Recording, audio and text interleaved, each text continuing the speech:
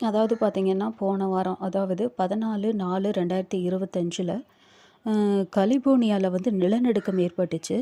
அப்போது சாண்டியாகோ உயிரியல் பூங்கால வந்து இருக்கிற யானைகள் வந்து அலர்ட் சர்க்கிள் வந்து போடுதுங்க.